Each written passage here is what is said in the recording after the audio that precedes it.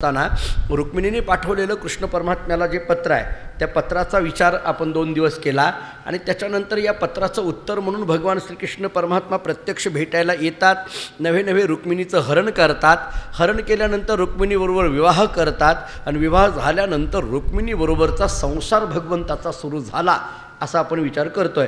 भगवंताचं हे जे चरित्र आता आपल्याला ऐकायचं आहे हे चरित्र जणू काही आपल्या जीवनातल्या रोजच्या घटना भगवंताच्या चरित्रातून आपल्या जीवनामध्ये प्रतीत होतात की काय कोणास ठाऊक, अशा पद्धतीचा आशय प्रत्येक चरित्रातल्या विभागातून आपल्याला येण्याची शक्यता आहे। आपण काल एक विचार असा पाहत होतो, सम्यंतक मनाची जी काही मनीची कथा सांगितली जाते त्या मनाच्या कथेच्या संबंधाने आपण बोलत असं होतो की सत्राजिताकडे असलेला तो मनी, 8 भार रोज सोनं देणारा तो मनी, त्या मन्याबद्दल असलेली अभिलाषा, भगवान श्रीकृष्ण परमात्म्यांनी सत्राजिताला त्या मनाच्या संबंधाने केलेला उपदेश आणि तो मनी मी देणार नाही, उलट ती मनी तूच चोरला अशा पद्धतीचा आरोप सत्राजितांनी भगवंतावर कसा केला आणि भगवंतांनी तो कलंक पुसून काढण्याकरता कशा पद्धतीने काय काय करावं लागलं याचा विचार आपल्याला करून आलो। खरं तर तो कलंक पुसून काढण्याकरता भगवंताला सुद्धा शिक्षाच भोगावी लागली। काय शिक्षा भोगावी लागली? 2 बायका कराव्या लागल्या, दुसरी काय आणखीन 2 बायका कराव्या लागल्या का नाही बोला। सत्यभामेचा स्वीकार त्या मनाच्या संबंधानेच आहे का नाही, आणि जांबवंतीचा स्वीकार कशाच्या संबंधाने आहे? त्या मनाच्या संबंधानेच आहे का नाही। म्हणजे मनी प्राप्त करून घेण्याकरिता 2 विवाह भगवंताला करावे लागले असं म्हणायला हरकत नाही। असो, आता भगवंताची ही जी चरित्राची विचार आपण करत होतो, नारदांनी दिलेली जी काही युक्ती होती अनुमार्जन आणि परिमार्जन असे 2 शब्द आपण काल पाहिले। नारदांनी भगवंताला असं सांगितलं होतं की कृष्णा, हा समाज चालवित असताना, हे कुटुंब चालवित असताना, हे राज्य चालवित असताना नेतृत्व करणाऱ्या माणसाने कसं राहिलं पाहिजे, माणसाने कशा पद्धतीने नेतृत्व करताना कोणती गुणवैशिष्ट्ये त्याच्या ठिकाणी आली पाहिजे हे सांगताना 2 भूमिका सांगितल्या। कधी अनुमार्जन पद्धतीने समाजामध्ये वावरावं लागणार आहे आणि कधी परिमार्जन पद्धतीने समाजामध्ये वावरावं लागणार आहे। म्हणजे कधी कधी परिमार्जन या शब्दाचा अर्थ आपण करत होतो सहनशीलता, सोशिकता, सहन केलं पाहिजे, आणि अनुमार्जन या पद्धतीचा विचार करत होतो आपल्या जवळच्या व्यक्तीला बळ देता आलं पाहिजे, मोठं करता आलं पाहिजे। आपल्या जवळच्या व्यक्तीला मोठं करणं याला अनुमार्जन म्हणतात, आणि जवळच्याच व्यक्तीने जरी त्रास दिला तरी तो सहन करणं याला परिमार्जन म्हणतात। आणि या 2 भूमिका नेतृत्व करणाऱ्या माणसाला सांभाळाव्या लागतात। घराचं, कुटुंबाचं, राज्याचं, देशाचं, समाजाचं नेतृत्व करणारा जो कोणी व्यक्ती आहे त्यानं या पद्धतीने वागलं पाहिजे असं नारदांनी भगवंताला केलेली विनंती किंवा नारदांनी भगवंताला केलेला दिलेला विचार आणि त्याच्यातून घडलेली सम्यंतक मनाची सत्राजिताची कथा आपण तिथपर्यंतचा थोडासा विचार करून आलो। काय आहे, हा जो मनी आहे का नाही, हे मनी सुवर्ण देत असल्यामुळे याची अभिलाषा घरामध्ये प्रत्येकाला निर्माण होईल म्हणून भगवंतांनी काय केलं होतं, हा मनी सत्राजिताकडेच ठेवला होता, बरोबर आहे। त्याला असं सांगितलं, तुझी सत्यभामा नावाची मुलगी, तिच्याबरोबर मी विवाह करतो, पण हा मनी मात्र तुझ्याच घरामध्ये राहू दे, तूच पूजा कर। सत्राजितांनी सांगितलं, नाही नाही भगवान, हे तुम्हाला आता मी सगळं द्यायचं ठरवलं आहे। नाही म्हटलं, एक काम कर, पूजा तू कर, तुझ्या घरी ठेवू दे, आणि मात्र काय कर, त्याच्यापासून निर्माण होणारं सोनं मात्र रोज मला आणून दे, माझ्याकडे आणून दे। याचे 2 भाव आपण सांगितले, काल आपण याच्यावर थांबलो होतो। याचे 2 भाव आपण सांगितले, काय, मनी सत्राजिताकडेच ठेवायचा, घरात नको। कशा करता? भगवान म्हणतात माझं घर तरी काही दुसऱ्याच्या घरापेक्षा वेगळं आहे का? माझ्या घरातल्या बायका तरी काही दुसऱ्याच्या घरापेक्षा वेगळे आहेत का? मग तो मनी घरामध्ये आणल्यानंतर यांच्यात कलह निर्माण होण्याची शक्यता आहे। रुक्मिणीला वाटेल तो मनी मला पाहिजे, सत्यभामेला वाटेल तो मनी मला पाहिजे, जांबवंतीला वाटेल तो मनी मला पाहिजे, आणि या तिघी असणाऱ्या नाही म्हटलं तरी त्या सवती आहेत आणि मला मनी पाहिजे अशा पद्धतीचा आग्रह करतील। आणि समजा मी थोरली आहे म्हणून रुक्मिणीकडे मनी दिला तर जांबवंती आणि सत्यभामा माझ्यावर नाराज होतील। सत्राजिताचाच हा मनी आहे म्हणून मी सत्यभामेला दिला तर रुक्मिणी आणि जांबवंती माझ्यावर नाराज होईल, आणि जांबवंतीचा जो वडील असलेला जामवंत त्यांनी हा मला मनी दिला म्हणून माझ्यावरचा आळ पुसून काढला। खरं तर माझ्यावरचा जो चोरीचा आळ होता तो कशामुळे पुसला? जांबवंतांनी तो मनी मला दिला म्हणून पुसला गेला।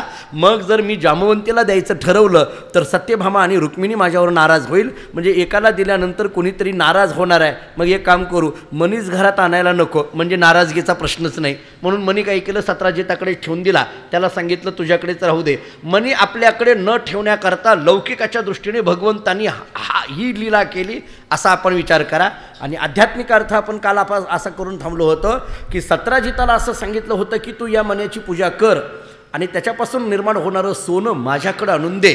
हे सोनं माझ्याकडं आणून दे म्हणत असताना काय सांगायचं आहे, साधना तू कर आणि त्या साधनेचं फल मला अर्पण कर, हा त्याच्यातला अर्थ आहे. साधना भक्तांनी करायची असते आणि त्याचं फल भगवंताला अर्पण करायचं असतं. त्याच्याशिवाय साधकत्व सिद्ध अवस्थेपर्यंत जात नाही. नीट लक्षात घ्या.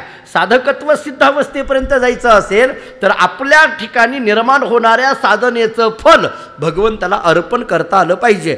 आपल्याकडे काय आहे, नारद भक्ती सूत्रामध्ये एक सूत्र आहे, भक्तीच्या संबंधाने सूत्र असं सांगितलं आहे, तदर्पित अखिला आचारिता तदविस्मरणे परमव्याकुलता यथा व्रजगोपिकानाम, असं सूत्र दिलंय. म्हणजे काय, आपल्याजवळ असलेलं सगळं अर्पण करणं, मने वाचा मने काया वाचा अवघे दिले पंढरी राया. किंवा महाराज सांगतात, मी माझ्याजवळ असलेलं सगळंच्या सगळं मनेसहित वाचा काया अवघे दिले पंढरी राया, माझ्याजवळ असलेलं सगळं मी भगवंताला अर्पण केलेलं आहे.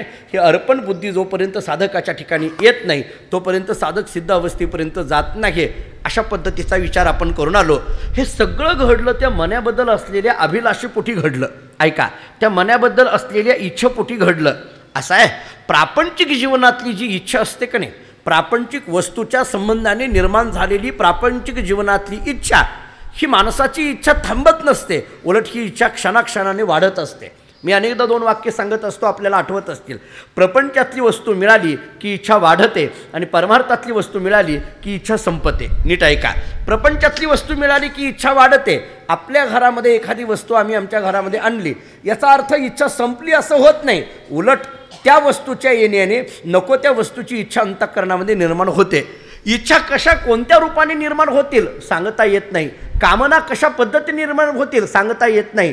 तत्त्वज्ञानाने आपल्याकडे असं चिंतन केलं आहे, काही स्थूल कामना असतात, काही सूक्ष्म कामना असतात आणि काही बीज कामना असतात. ऐका, काही स्थूल कामना असतात, स्थूल रूपाने प्रगट होणाऱ्या कामना असतात, काही सूक्ष्म रूपाने प्रगट होणाऱ्या कामना असतात आणि काही बीज रूपाने प्रगट होणाऱ्या कामना असतात. काय आहे, स्थूल कामनेचा एखाद्या वेळेस व्यावहारिक उपायाने विरोध करणं शक्य होईल. स्थूल कामनेचा, स्थूल कामना म्हणजे स्पष्ट पद्धतीने मागणं, मला हे हवं आहे असं मागणं, याला स्थूल कामना म्हटलं जातं. एखाद्या वेळेस लाजकाजं, एखाद्या वेळेस माणूस असं म्हणेल कुठपर्यंत मागायचं, असं म्हणून न मागणं या स्थितीपर्यंत जाईल, मान्य आहे, न मागणं या स्थितीपर्यंत जाईल. का, लज्जा वाटायला लागली, कुठपर्यंत मागायचं, म्हणजे लज्जा या व्यावहारिक उपायाने स्थूल कामनेचा निरोध करता येणं एखाद्या वेळेस शक्य आहे. हा माझा पहिला मुद्दा. काही सूक्ष्म कामना असतात, त्या सूक्ष्म कामना अशा असतात की कोणत्या पद्धतीने आतमध्ये येतील आणि त्या स्थूल रूपाने जरी दिसत नसल्या तरी त्या सूक्ष्म कामनेचा परिणाम मात्र जीवनावर होत असलेला दिसून येतो. नीट ऐका माझं बोलणं. काही सूक्ष्म कामना अशा असतात की त्या कामनेचा परिणाम मानवी जीवनावर होण्याची शक्यता आपल्याला दिसून येते. स्थूल रूपाने त्या प्रगट झाल्या नाहीत. त्या वामन अवतारामध्ये, मागं बोललो एक वाक्य, वामन अवतारामध्ये भगवंताला बटुवेशधारी वामनाला पाहिल्यानंतर बळीची बहीण असलेली जी रत्नमाला आहे त्या रत्नमालेच्या अंतःकरणामध्ये सूक्ष्म कामना निर्माण झाली असं भगवंताने वर्णन केलंय. काय कामना निर्माण केली झाली की हा लहान मुलगा याच्याकडे पाहिल्यानंतर यांनी माझं स्तनपान करावं अशी कामना निर्माण झाली. स्थूल रूपाने नाही, पण ती कशी होती, सूक्ष्म रूपाने तिच्या मनामध्ये ती कामना निर्माण झाली. भगवंताला तिचं मन कळत होतं. तिचं कळत होतं म्हणण्यापेक्षा सगळ्याचंच मन त्याला कळतं, तिचं एकटीचंच नाही, सगळ्याच्या मनात काय चाललंय हे कळतं. मी म्हणतो सगळ्या काय आहे, कोणाला नाही म्हटलं तरी भगवंताला सगळं कळतं कोणाच्या मनात काय चाललंय. समजा मला नाही कळणार, जयवंताला कळणार नाही, पण भगवंताला कळेल, त्याला कळतं सगळं कोणाच्या मनात काय चाललंय. इथं जरी प्रवचनात बसलेला असला तरी याचं मन काय करतंय काय नाही मला वाटतं तुम्ही सगळे माझं ऐकताय, पण भगवंताला माहिती आहे याचं मन काय चाललंय, याच्या मनात काय चाललंय हे त्याला चांगलं कळतं. बटुवेशधारी वामनाने ओळखलं हिच्या मनात काय इच्छा निर्माण झाली आहे आणि बटुवेशधारी वामनाने मनातूनच तिला आशीर्वाद दिला. आत्ता नाही, ही वामन अवतार आहे माझा, बटुवेशधारी आहे, वामन अवतारामध्ये मी आलो आहे, आता नाही, हे सगळं तुझं कृष्ण अवतारामध्ये तुझी इच्छा पूर्ण करतो आणि ती रत्नमाला म्हणजेच पुतना असं आपल्याकडे वर्णन केलं जातं. मग तिथं स्तनपान करण्याकरता भगवान गोकुळात कसे आले, काय आले, आपण गेल्या वर्षी खूप ऐकलेलं आहे. मुद्दा काय माझा होता, कामनेचे प्रकार सांगत होतो. किती झालत्या कामना आपल्या? 2 झालत्या. ऐकायच्यात किती? 3. कोणकोणत्या झाल्या? एक स्थूल कामना, दुसरी सूक्ष्म कामना आणि तिसरी बीज कामना. मुळात कामना या शब्दाकडे लक्ष द्या. कामना कामना कशाला म्हणायचं हो? आपल्याकडे कामना या शब्दाचा मराठी भाषेच्या दृष्टीने विग्रहा दृष्टीने केलेला अर्थ सांगून पुढे जातो. नीट ऐका. कामना या शब्दाचा विग्रह करायचा झाला तर क अधिक आम अधिक ना बरोबर कामना. याच्यातला क या शब्दाचा अर्थ सांगितलाय सुख, आम या शब्दाचा अर्थ सांगितलाय कच्च आणि ना या शब्दाचा अर्थ सांगितलाय इच्छा. म्हणजे क या शब्दाचा अर्थ झाला सुख, आम या शब्दाचा अर्थ झाला कच्च, ना या शब्दाचा अर्थ झाला इच्छा. क या शब्दाचा अर्थ झाला सुख. पुन्हा एक नीट ऐका. कम नाम सुखा हा असं शास्त्र सांगतं. क म्हणजे सुख, आम म्हणजे कच्च, ना म्हणजे इच्छा. म्हणजे कच्च्या सुखाची इच्छा त्याला म्हणायचं कामना आणि कच्च्या सुखाची इच्छा त्यालाच म्हणायचं विषय सुख. कच्च्या सुखाची इच्छा त्यालाच म्हणायचं प्रापंचिक जीवनातलं सुख आणि या सुखाला म्हटलं जातं अभिलाषा किंवा आशा किंवा लोभ किंवा दुःख. हे सगळं या सुखाच्या पर्याय येण्यानेच आपल्याकडे येत असतं. आता ही जी कामना आहे ही 3 पद्धतीची आपण ऐकतो. एक सांगितली स्थूल, दुसरी सांगितली सूक्ष्म आणि तिसरी सांगितली बीज. स्थूल कामना आहे, दुसरी सूक्ष्म कामना आहे. काय झालं? सूक्ष्म कामना. कामना स्थूल रूपाने प्रगट झाली नाही, पण ती काय झाली अंतःकरणामध्ये सूक्ष्म रूपाने प्रगट झाली. त्याचा परिणाम मात्र घडला. जुने कीर्तनकार एक उदाहरण द्यायचे याला बरं का, फार गमतीचं उदाहरण आहे. सूक्ष्म कामने करता काही नाही म्हणे. एक मुलगा होता, 25-30 वर्षाचा मुलगा होता आणि ब्रह्मचारी होता. त्याचं काही लग्न वगैरे आणखीन झालेलं नव्हतं आणि नेमकं जाताना काय झालं, इकडं तिकडं फिरत होता. आता तो ब्रह्मचारीच इकडं तिकडं फिरकायचा, भटकंती करायचा आणि काय झालं नेमकं समोरून एक त्यांनी लग्न येत असलेलं, वरात येत असलेली पाहिली. आता मग ते लग्नाची वरात जी असते ती काही सगळी आवरच असते. मग तो नवरदेव असेल, त्याच्या तो जो घोड्यावर बसला तो घोडा असेल, पुढं वाजवणारे असतील, मग नाचणारे असतील, मग वराड मंडळी पाठीमागं असतील. आनंदोत्सव सगळा चाललेला होता. त्यानं तो डोळे भरून पाहिला. काय पाहिलं? ते वराड मंडळी बघितली, त्याच्यानंतर ते बँडवाले पाहिले, त्याच्यानंतर तो घोडा पाहिला, घोड्यावर बसलेलं गाडव आपलं नवरदेव पाहिला. हे सगळं पाहिलं त्यानं, ते सगळं पाहिलं आणि त्याला वाटायला लागलं, त्या नवरदेवाच्या चेहऱ्यावरचा आनंद पाहिला. आता मला सांगा, घोड्यावर बसल्यानंतर त्या नवरदेवाच्या चेहऱ्यावर काही दुःख असतं का हो? काय तो आनंदाने असा बघत असतो, सगळ्याकडे असा टकामका बघत असतो. अगदी त्याला आनंद वाटत असतो. सगळेजण त्याच्यासमोर नाचत असतात. कोणी काय त्याच्याजवळ. बरं, गंमत अशी असते महाराज, त्याच्याजवळ उभा राहून फोटो काढण्याची हौस फार असते लोकांना. आणखीन त्याच्याजवळ उभा राहून काही फोटो काढत होते. हे सगळं तो डोळे भरून पाहत होता. नवरदेवाच्या चेहऱ्यावरचा आनंद, ते लग्न समारंभ, हे सगळं डोळे भरून पाहत होता हा ब्रह्मचारी. सगळं डोळे भरून पाहिलं, त्याच्या मनामध्ये ते सगळं ठसलं आणि एकदम नेमकं एका मंदिराच्या कडेला विहिरीच्या काठावर तो बसला होता. दुपारचं जेवण चांगल्या पद्धतीने झालेलं होतं, श्रावणातलंच होतं, त्यामुळे बुडूक दादा चांगलंच जेवण झालेलं होतं. ते काही नाही, अगदी छानपैकी जेवण झालेलं होतं. आणि मग जेवण झालेलं असल्यामुळे त्याला बसल्या बसल्या दुपारी झोप लागली. आपल्याकडे सूत्र असं सांगितलं जातं, मनी वसेते स्वप्नी दिसे. झोप लागली, झोपेमध्ये याला स्वप्न पडलं, स्वप्नामध्ये याचंही लग्न ठरलं. स्वप्नामध्ये याचं लग्न ठरलं. यानं मुलगी पाहिली, त्या मुलीबरोबर लग्न करायचं ठरलं. लग्नाचा दिवस उजाडला. मग लग्नाकरता असणारं सगळं ती तयारी झाली. हाही घोड्यावर बसला, याच्या डोक्यावर अक्षदा पडली. लग्न समारंभ छानपैकी पार पडला. मग संसार याचा सुरू झाला. काय अवघड आहे स्वप्नात हो, किती वेळ लागतो त्याला. सगळा संसार सुरू झाला. आनंदाने 2-4 वर्षाचा संसार चालू झालेला होता. 2-3 मुलं त्याला झालेली होती. आणि मग त्याच्या घरामध्ये झोपत असताना बाकी 2-3 मुलं मध्ये, तो एकीकडे, बायको एकीकडे. आणि एकदम बायकोने एकदा सांगितलं, जरा पलीकडे सरका म्हटलं, ते विहिरीत पडलं. विहिरीच्या काठावर होतं ना हे, विहिरीत पडलं आणि एकदम त्याच्या जाग आली. आणि तो म्हटला अरे बापरे, म्हटला स्वप्नातल्या बायकोने जर विहिरीत ढकललं, जाऊ दे आता पुढलं सांगत नाही मी. काय याला म्हणायचं? सूक्ष्म कामना. मला काय मुद्दा बोलायचा आहे, दृष्टांत सोडा, आता मूळ मुद्द्याकडे या. सूक्ष्म कामना. मला 3 कामना सांगायच्या होत्या. एक स्थूल, दुसरं सूक्ष्म आणि तिसरी बीज. बीजकामना ज्या असतात का नाही त्या सूक्ष्म रूपाने अथवा स्थूल रूपाने जरी प्रगट झालेल्या नसल्या तरी त्या कायमस्वरूपी जीवाच्या ठिकाणी राहत असलेल्या दिसून येतात. आणखीन एक वाक्य सांगू, या बीजकामना अशा गमतीच्या असतात की आपली शरीरं बदलतील पण त्या मनाच्या ठिकाणी राहणाऱ्या बीजकामना मात्र बदलत नाहीत. म्हणजे बीज कामना या शब्दाचा अर्थ वासना, बीजकामना या शब्दाचा अर्थ वासना, आणि ती वासना मात्र बदलत नाही. उलट त्या वासनेच्या अनुषंगाने पुन्हा पुन्हा पुन्हा पुन्हा जन्म घेणे लागे.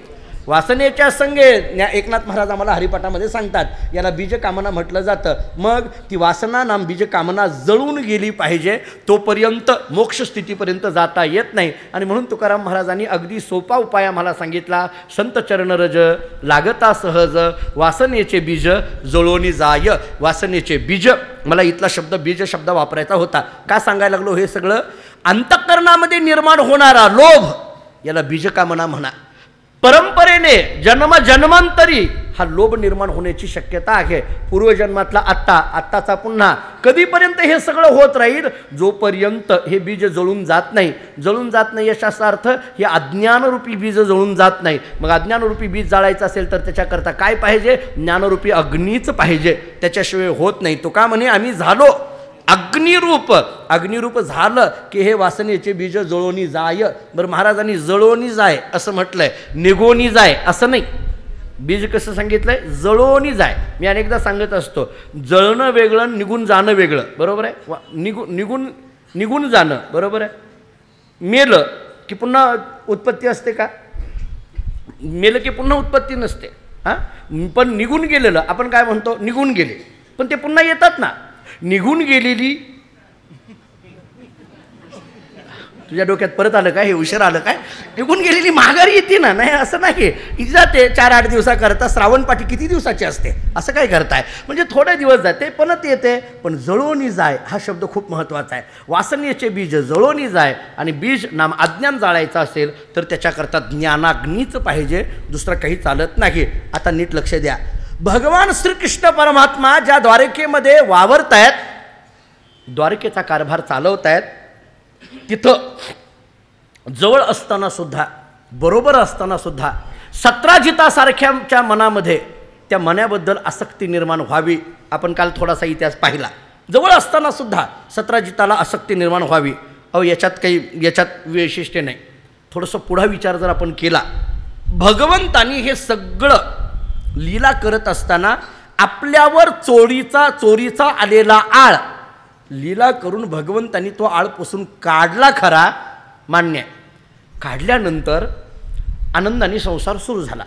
काही नाही, सगळीकडे आनंद झाला. बस आता जे आळ आणला होता तो आळ, बरं भावकीतला आळ आहे हा. सत्राजित म्हणजे यादव होता, भावकीचा आळ होता, तो पुसून काढणं फार महत्त्वाचं होतं. सगळं व्यवस्थित चाललं. भगवंताला वाटलं बरं झालं, व्यवस्थित चाललं म्हटले. काही का असे ना, त्याच्या मनात जो शंका होती ती शंका निघून गेली ना, बस झालं. संवाद सुरू झाला.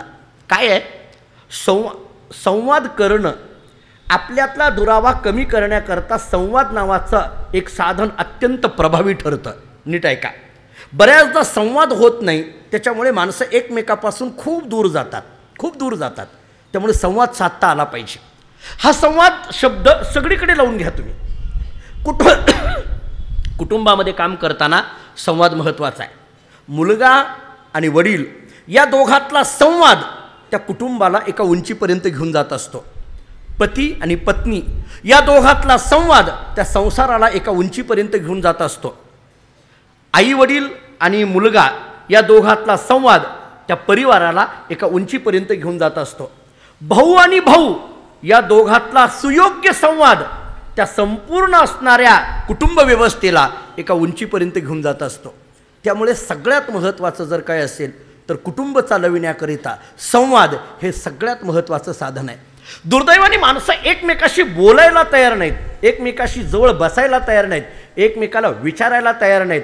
एकमेकाची विचारणं, एकमेकाशी बोलणं, एकमेकाच्या जवळ बसणं या गोष्टी काय करतात, आपल्या कुटुंबामध्ये निर्माण होणाऱ्या सगळ्या कलहाला मिटवून टाकतात. ऐका, आपल्या कुटुंबात निर्माण होणाऱ्या कलहाला मिटून टाकतात. भगवंतांनी सत्राजिताशी संवाद सुरू केला आहे.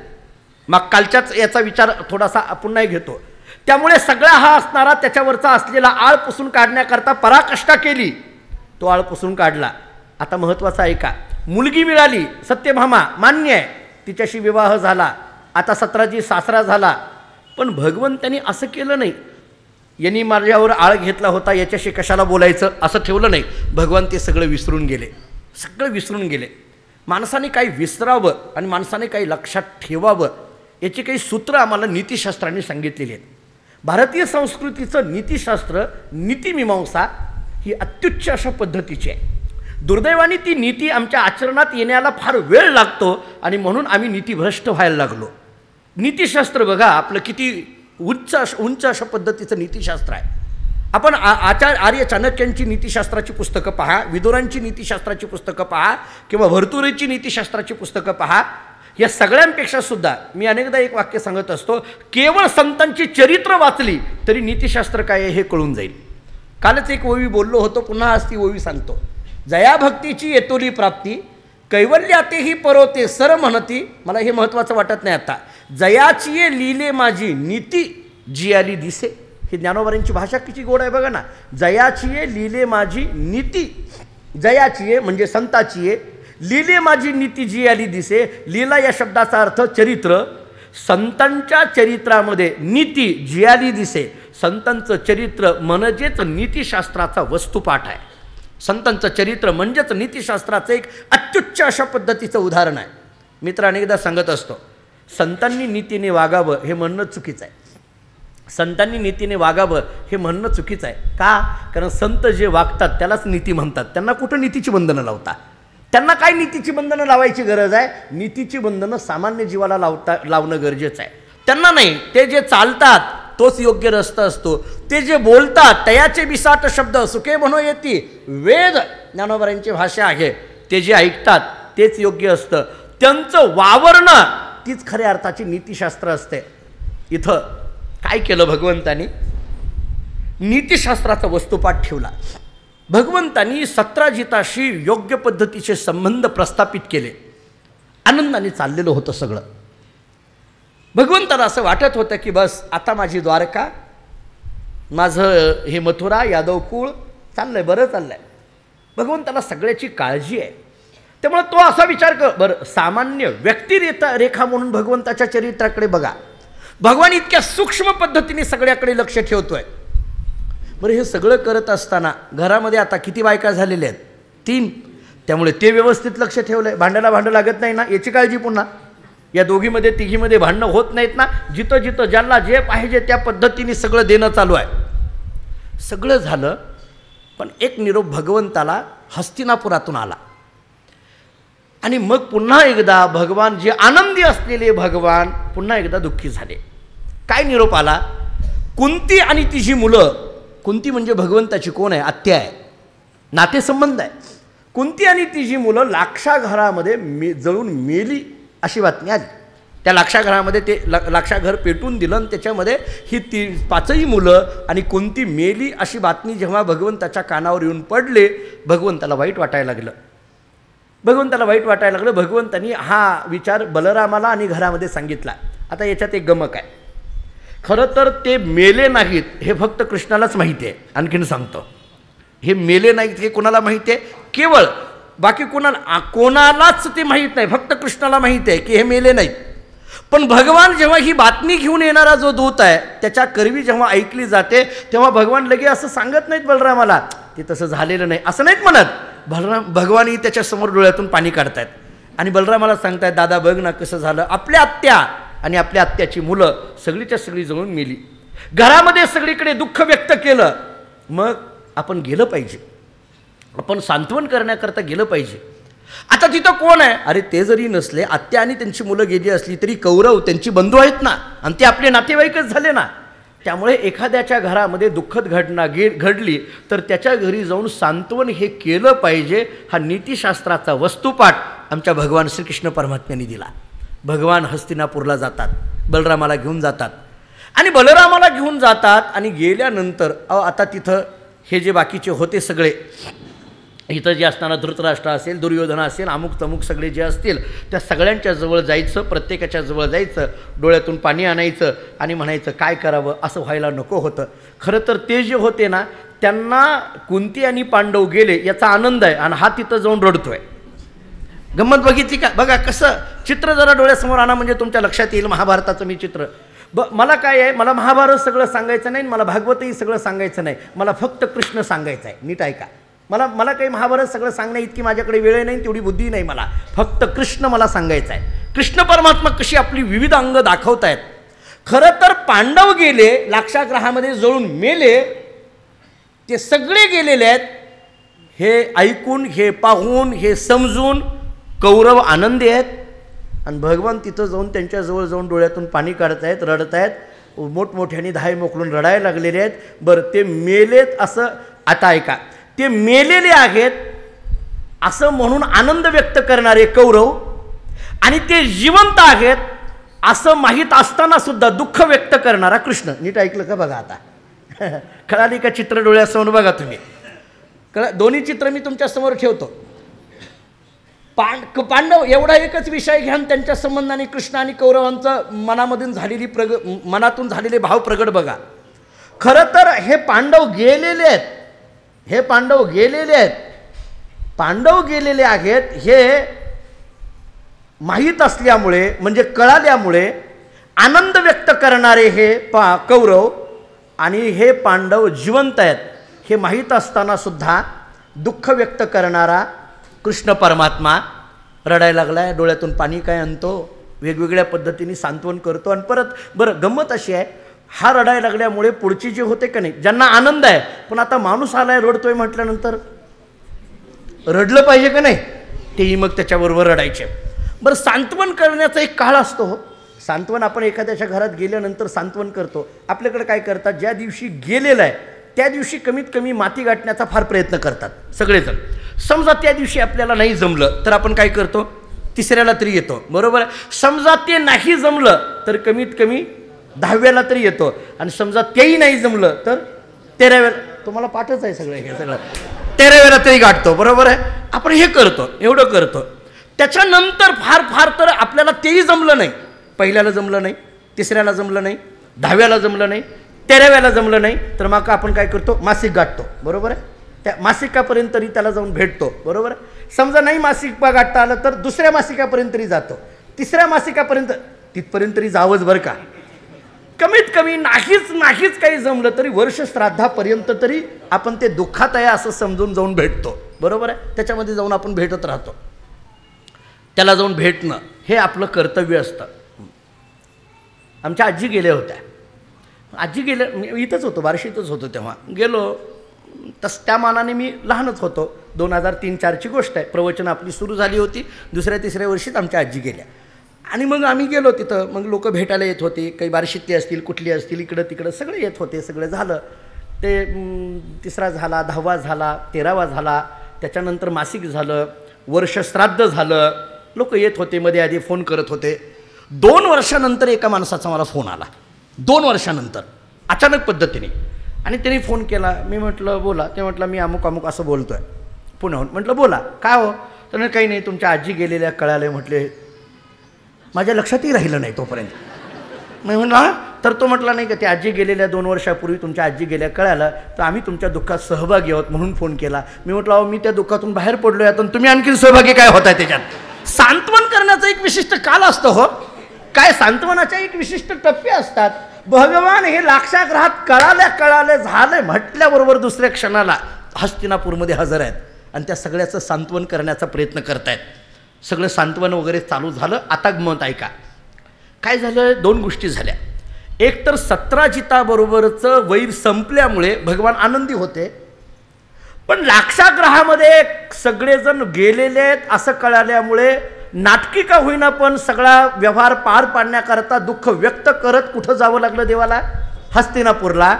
बरं तिथं गप्प बसता आलं नाही, हे सगळं सांभाळ. बरं आपल्याला माहीत असलेली खरी गोष्ट गुप्त ठेवून मग बाहेर असणारा खोट्या गोष्टीचा एवढा आविर्भाव आणण्याकरिता कृष्णच पाहिजे, दुसऱ्याला जमणारच नाही. ते आहे का नाही मला बघा, याचा विचार करा. मी पहिल्या का दुसऱ्या दिवशी सांगितलं आहे, गुप्त गोष्ट गुपित पद्धतीने सांभाळणं हे दुसऱ्याला सहजासहजी जमणारं नाही आहे.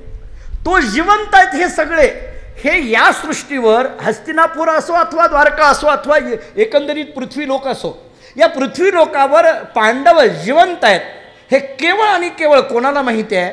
कृष्णाला. आणि तोच सगळ्यात जास्त दुःखावेग करून या सगळ्यांचं सांत्वन करतोय. माहीत आहे आपल्याला हे सगळं, पण ब्र शब्द तिथून कधी कोणाबरोबर जवळ काढला नाही, गुप्त ठेवून हे सगळा आविर्भाव करतोय. भगवान ही सगळी लीला या सगळं सांभाळतायत. आता इकडं द्वारकेमध्ये मात्र दुसरीच घटना घडली. काय घडली पहा. द्वारकेमध्ये काय घडलं? सत्राजित ते मणी कुणाकडे होता? सत्राजिताकडे. ते मणी सत्राजिताकडेच होता. आता सत्राजिताची मुलगी सत्यभामा सत्राजिताने कोणाला दिली होती? कृष्ण परमात्म्याला. गंमत अशी झाली, सत्राजिताने अनेक राजांना सांगितलं होतं की ही मुलगी मी तुम्हाला द्यायला तयार आहे, तुम्हाला द्यायला तयार आहे, तुम्हाला द्यायला तयार आहे. त्यामुळे अनेक राजे या मुलीबरोबर विवाह करण्याकरिता आपल्याकडे म्हटलं जातं ना गुडघ्याला बाशिंग लावून, तसे तयार होते हे सगळे. पण या सत्राजितानं कोणालाच दिली नाही, ही देऊन टाकली कोणाला? कृष्ण परमात्म्याला. आता या सगळ्या राजामध्ये शतधन्व नावाचा एक युवक होता. त्या शतधन्व्याला सुद्धा सांगितलं होतं की तुला मुलगी देणार आहे, पण शतधन्व्याला न देता सत्राजिताने मुलगी कृष्णाला दिली. त्यामुळे नाही म्हटलं तरी शतधन्वा या सत्राजितावर काय होता? नाराज होता. भगवान होते तोपर्यंत सगळं व्यवस्थित चाललेलं होतं द्वारकेमध्ये, पण भगवान हस्तिनापूरला गेलेले हे कळाल्याबरोबर भगवंताच्या जवळ असलेले कायम भगवंताच्या बरोबर असणारा भगवंताचा काका, आणि त्याचं नाव आहे अक्रूर. ऐका, त्याचं नाव आहे अक्रूर. आणि दुसरा एक भगवंताचा भक्त होता, त्याचं नाव आहे कृतवर्मा. हे जे दोन होते, या दोघांच्या मनामध्ये काय आलं कोणास ठाऊक, यांची बुद्धी भ्रष्ट झाली. ऐका, अक्रूराची सुद्धा बुद्धी भ्रष्ट व्हावी. मी त्याच्यावर पुढे बोलणार आहे की हे का असं होऊ शकतं.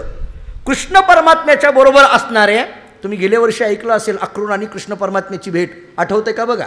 गोकुळामध्ये जेव्हा भगवान कृष्णाला घेऊन जाण्याकरता आलेले होते की नाही, आणि त्यावेळेस काय त्यांचं अंतःकरण होतं, कशी गळा भेट दिली होती, कशा पद्धतीने दर्शन घडलं होतं. एवढंच नाही, आपण गेल्या वेळेस ऐकलं कृष्ण परमात्म्याच्या पायाची जी माती आहे ती माती गोकुळातली अक्रूराने आपल्या कपाळाला लावली आणि सांगितलं माझ्या जीवनाचं सार्थक झालंय. तो अक्रूर. पण इकडं भगवान हस्तिनापूरला गेल्याबरोबर द्वारकेमध्ये असलेला अक्रूर आणि या अक्रूराचं मन बदललं, बुद्धिभ्रष्ट झाली. अक्रूर आणि कृतवर्मा या दोघांनी शतधन्व्याला गाठलं. आणि त्या शतधन्वा असलेला त्याच्या मनामध्ये भरवायला सुरुवात केली. का रे बाबा, सत्राजिताची सत्यभामा नावाची मुलगी, तिच्याबरोबर विवाह करण्याकरता तू तयार झाला होतास ना? शतधन्व्यांनी सांगितलं तयार झाला होता म्हणजे काय? होतोच ना. का नकार दिला होता तू? नाही रे. नाही, मग ते लग्न तिकडे कसं काय झालं? बघा, हे काडी टाकणारे असे असतात, टाकण्याच्या एक विशिष्ट पद्धती असतात. मग सत्राजितानी मुलगी तुला न देता कृष्णाला कशी काय दिली? शतधन्व्यांनी सांगितलं अहो दिली ती दिली, झालं ते झालं, आता काय? तसं नाही, पण असं कसं काय करावं? असं करावं का त्यांनी? तू एवढा तयार झालेला असताना, बरं आमच्या सगळ्याला माहीत होतं की ही सत्यभामा फक्त तुलाच मिळणार, आणि असं असताना ती सत्यभामा कृष्णाला दिली त्या सत्राजिताने, आणि काय हे असं करावं? तुझ्यासारख्याचं असं होऊ नये असं आम्हाला वाटतं. बघा, हे तुझ्यासारख्या असं होऊ नये. शतधन्व्यांनी सांगितलं जाऊ द्या. नाही, पण आम्हाला असं वाटतं तू एक काम करावं. म्हटले काय? मुलगी नाही ते नाही, सत्राजिताकडे आता सत्राजिताची मुलगी तुला मिळत नाही ते नाही, पण सत्राजिताचं वैभव ज्या गोष्टीवर आत्ता सध्या दिसून येतं आहे, सगळी द्वारका मथुरा त्याच्याकडे जाते, त्याला नमस्कार करते. त्याला कारण काय आहे? त्याच्याकडे असलेला तो मणी, त्याच्याकडे असलेला मणी आहे. शतधन्व्यांनी सांगितलं हो. अरे मग मुलगी नाही मिळाली म्हणून काय झालं? तो मणी तरी त्याच्या घरात आहे ना, तो मणी तो घेतला पाहिजे म्हटले. त्याच्या डोक्यात भरवलं. हे कोणी भरवलं? अक्रूराने आणि कृतवर्म्यानी. या दोघांनी या शतधन्व्याच्या कान भरवले, त्याला तयार केलं. सत्राजिताचा तू वध कर आणि त्याच्यापासला तो मणी तुझ्याकडे घे असं म्हणून भरवल्यानंतर त्या अक्रूराची मुळात मग गंमत कशी आहे बघा. मुळात भगवान गेल्यानंतर बुद्धिभ्रष्ट झाली अक्रूराची, हे थोडंसं चिंतनीय आहे. अक्रूराने शतधन्व्याला सांगितलं, शतधन्व्याची बुद्धी भ्रष्ट झाली, हेही त्याच्यापेक्षा चिंतनीय आहे. आता भगवान 2-3 कारणं आहेत त्याची. भगवान त्या द्वारकेतून निघून गेल्यानंतर काय असतंय, जोपर्यंत देवाची प्रचिती आहे, देवाचं अनुभूती आहे, तोपर्यंत सगळं सुरळीत चाललेलं असतं. आणि देवाची प्रचिती आपल्या ठिकाणी निघून गेली की मग मात्र आपली बुद्धी भ्रष्ट होण्याची शक्यता आहे. अशी कित्येक उदाहरणं आपल्याला देता येण्यासारखी आहेत की हो, बुद्धिभ्रष्ट होण्याची शक्यता अनेक कारणांनी आपल्याकडे सांगितली जाते. मग मला कधी कधी असं वाटतं, अक्रूर जो कायम असलेला भगवंताच्या जवळ, त्याचीसुद्धा बुद्धी कधी कधी अशी प्रलोभनं समोर येतात की ते पाहिल्यानंतर बुद्धिभ्रष्ट होण्याची शक्यता आपल्याकडे सांगितली जाते. होतं असं कधी कधी, नाही असं नाही. जुने कीर्तनकार एक उदाहरण द्यायचे. काही नाही म्हणे, त्या एका धनिकाने भगवंताच्या समोर 1000 सुवर्ण मुद्रा ठेवल्या आणि त्या पुजाऱ्याला सांगितलं की हे तुम्हाला द्यायचं आहे, हे तुम्हाला घ्या. तो जो असणारा, तो अतिशय निस्वार्थी अशा पद्धतीचा असणारा कोण तिथला असणारा पुजारी, तो म्हटला मला याची गरज नाही. नाही नाही घ्या, नाही नाही मला याची गरज नाही. त्या सुवर्णमुद्रा तशाच ठेवल्या आणि तो निघून गेला. आता तो पुजारी त्या सुवर्णमुद्राकडे पाहतोय. त्या मुद्रा, सुवर्णमुद्रा त्या पुजाऱ्याच्या जवळ आहेत. एका पैशाला कधी हात न लावणारा तो पुजारी, कधीही डुंकून न पाहणारा तो पुजारी, पण 100 सुवर्णमुद्रा जेव्हा त्याच्या समोर आल्या, रोज संध्याकाळी साधना करणारा तो पुजारी, सगळं मंदिर बंद झालं आणि आतमध्ये साधनेला बसल्यानंतर त्याचे डोळे झाकले. खरं रोज भगवंताची मूर्ती येऊन त्याच्या पूजेमध्ये साधना करणारा तो पुजारी, पण आज मात्र डोळ्यासमोर त्याच्या त्या सुवर्णमुद्रा यायला लागल्या. सुवर्णमुद्रा यायला लागल्या. समोर असलेल्या मुद्रा, मनामध्ये अभिलाषा निर्माण होण्याची शक्यता आहे, निर्माण झाली. त्याच्या मनामध्ये अभिलाषा निर्माण झाली आणि पुन्हा पुन्हा त्यांना डोळे झाकायचे आणि त्या डोक्यातून काढण्याकरता असं झटकायचं, पुन्हा भगवंताचं ध्यान करायला लागायचा, पण पुन्हा त्या सुवर्णमुद्रा समोर यायच्या डोळ्यासमोर. कित्येक वेळा असं झालं. आणि होता होता अशी गंमत झाली, त्याच्या कानावर त्या धनिकांनी काय शब्द टाकले होते, या मुद्रा किती आहेत? 1000. 1000 सुवर्णमुद्रा आहेत. हे पुजाऱ्याला वाटायला लागलं, बघावं तर खरंच आहेत का नाही, गरज आहे का हो, आपण आत्तापर्यंत नव्हतो ना. पण त्यांनी डोळे उघडले, साधना मोडली, पाय आपण जे वज्रासन का टाकलेलं होतं ते वज्रासन बाजूला केलं आणि त्या 1000 सुवर्णमुद्रा मोजायला लागला. आणि मोजता मोजता मोजता मोजता गंमत अशी झाली, त्या फक्त 999च भरल्या. 999 भरल्यानंतर तो म्हटला, अरे असं कसं काय झालं? त्या धनिकाने किती सांगितल्या होत्या? 1000 आणि भरल्या 999च. आपलं मोजण्यात चुकलंय म्हटले. मग एकदा जर आपल्याला जर व्यवस्थित नाही झालं तर काय केलं पाहिजे? रिकाउंटिंग, परत मोजा. परत मोजायला सुरुवात केली. परत मोजायला लागल्यानंतर गंमत अशी झाली, त्या 1001 झाल्या. तो म्हटला, एक वाढली कशी काय? म्हटला, अरे असं कसं काय, आपलं आणखीन चुकलंय. पुन्हा मोजायला लागला. पुन्हा मोजल्या तर त्या किती झाल्या? 999. तो पुन्हा मोजायला लागला. पुन्हा मोजायला लागल्यानंतर झाले 1001. अहो अख्खी रात्र गेली. भगवान परमात्मा त्याच्याकडे पाहून हसत होता. आजपर्यंत माझं ध्यान करणारा, पण पैसे समोर आलं की मोजत बसायला लागला. म्हटले, ही अशी अभिलाषा एखाद्या वेळेस समोर आल्यानंतर बुद्धिभ्रष्ट होण्याची शक्यता आहे. नाही असं नाही, बुद्धिभ्रष्ट होण्याची शक्यता आहे. अक्रूराचं तसंच झालं की काय कोणास ठाऊक. एक विचार. दुसरा विचार आपल्याकडे असा सांगितला जातो की अशी अक्रूराला बुद्धिभ्रष्ट का झाली, म्हणजे हे भाव आहेत बरं का, हे काही हे भाव काढणं आहे. भगवंताला घेऊन अक्रूर जेव्हा गोकुळातून निघून चालला, तेव्हा गोपिकांनी अक्रूराला शाप दिला होता. म्हणे अक्रूराला शाप दिला होता त्या गोपिकांनी, तू आमच्यापासून कृष्ण परमात्म्याला निघून घेऊन चाललास ना, तुझी सुद्धा काही काळी एखाद्या वेळेस तुझी बुद्धी भ्रष्ट होईल. आणि बहुतेक तो शाप गोपिकांचा अक्रूराला लागला आणि अक्रूराची बुद्धी भ्रष्ट झाली. असं एक वर्णन आपल्याला केलेलं दिसून येतं. चला पुढं. आता अक्रूर आणि कृतवर्म्याने काय केलं? शतधन्व्याचं मन भरवलं. शतधन्व्याने सत्राजिताला मारायचं ठरवलं आणि काय केलं म्हणे, मध्यरात्री सत्राजिताच्या घरी तो गेला आणि त्याला मारून टाकलं. त्याच्याजवळचा तो संमंतक मणी असलेला घेतला, हातामध्ये घेतला, पळवून घेतला आणि त्या वाड्याच्या बाहेर पडला. सत्राजिताला मारून तो संमंतक मणी आपल्याकडून घेऊन टाकला.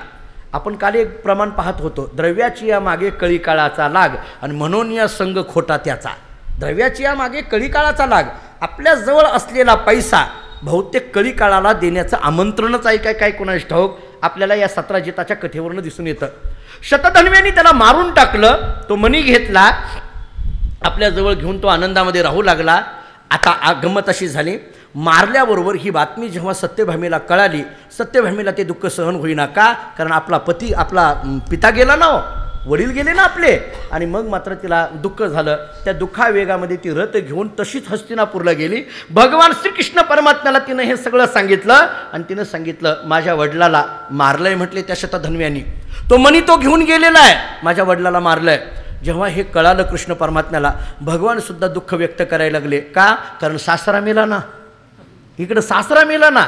भगवान अशा दोन्ही पद्धतीने दुःख व्यक्त करतात। एकीकडे कुंती गेली, पांडव गेले लाक्षागृहामध्ये, याचं दुःख व्यक्त करण्याचं नाटक करायचं आहे, आणि इकडं खरोखर सासरा गेला याचं खरोखर दुःख व्यक्त करायचं आहे। एका वेळी अशी अनेक भूमिका बजावणारा तो केवळ कृष्ण, लक्षात घ्या। एका वेळी अशा अनेक भूमिका, म्हणजे दोन्ही दुःख आहेत, पण त्या दोन्ही दुःखामध्ये काय आहे, फरक आहे ना।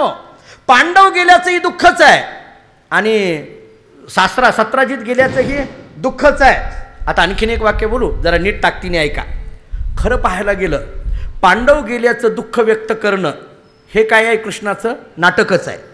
आणि सत्राजित गेल्यानंतर, सासरा गेल्यानंतर भगवान दुःख व्यक्त करतात, अद्वैत वेदांताच्या दृष्टीने हे सुद्धा नाटकच आहे।